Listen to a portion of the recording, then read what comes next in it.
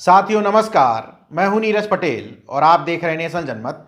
Corona virus से निपटने के लिए उत्तर प्रदेश की योगी आदित्यनाथ सरकार अतुलनीय काम कर रही है।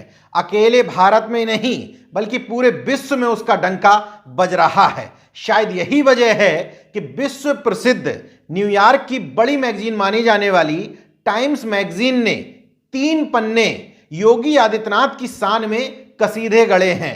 पहला पन्ना, दूसरा पन्ना और अब ये तीसरा पन्ना। ये सब बात मैं अपने तरफ से नहीं कह रहा हूं, बल्कि TV 9 Bharatvarsh, Zee news, network 18 UP, ABP Ganga Patrika समेत तमाम सारे खबरिया चैनल और वेबसाइट्स कह रही हैं। लेकिन अफसोसजनक बात यह है कि ये सब खबरें न सिर्फ भ्रामक हैं बल्कि सरासर गलत हैं, झूठी हैं, मिथ्या हैं। पूरा मामला दरअसल ये है, 6 जनवरी को अचानक से भक्त, गोदी, गुलाम, चापलूस, दलाल, कॉरपोरेट मीडिया ने खबरें चलाना शुरू किया। जी न्यूज ने हेडिंग लगा करके खबर चलाई, योगी आदित्यनाथ की विश्व प्रशंसा का टाइम। इस पर तकरीबन 10 मिनट उसने खर्च किए।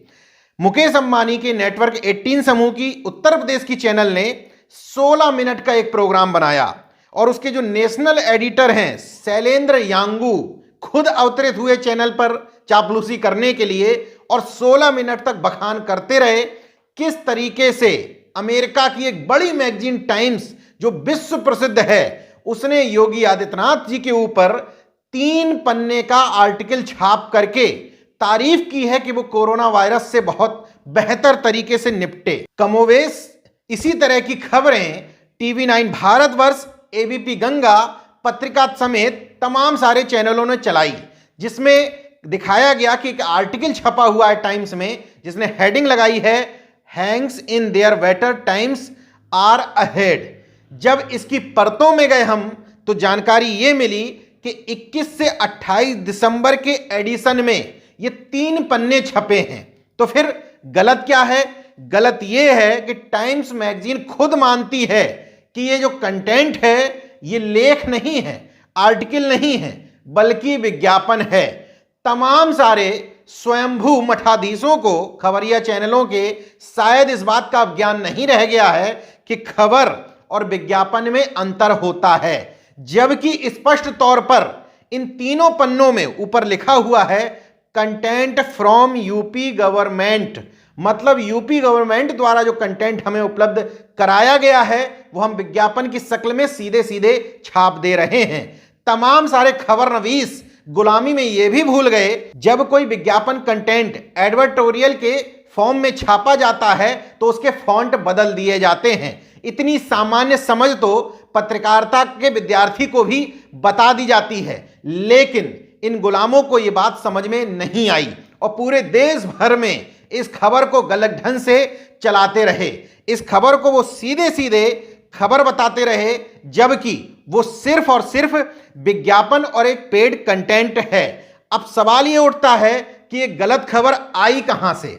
दरअसल उत्तर प्रदेश के मुख्यमंत्री योगी आदित्यनाथ के ऑफिशियल ट्विटर हैंडल से एक पोस्ट शेयर की गई। उस पोस्ट में शेयर करते हुए बताया गया कि टाइम्स मैगजीन में 3 पन्ने का आर्टिकल छपा है।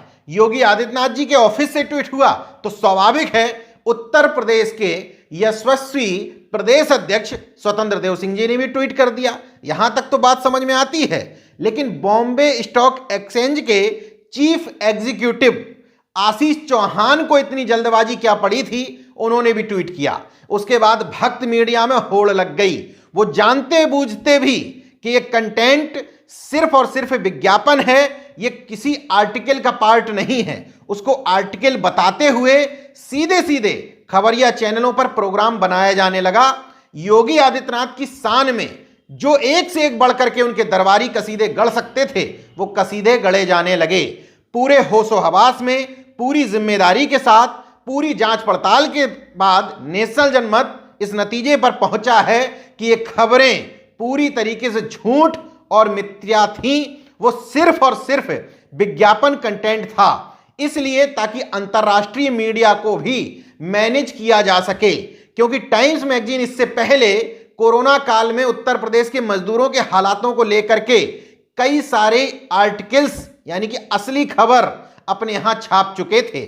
बदनामी होते देख 3 पन्ने का विज्ञापन दिया गया, क्योंकि विज्ञापन से तो बड़े बड़े मीडिया मैनेज हो जाते हैं।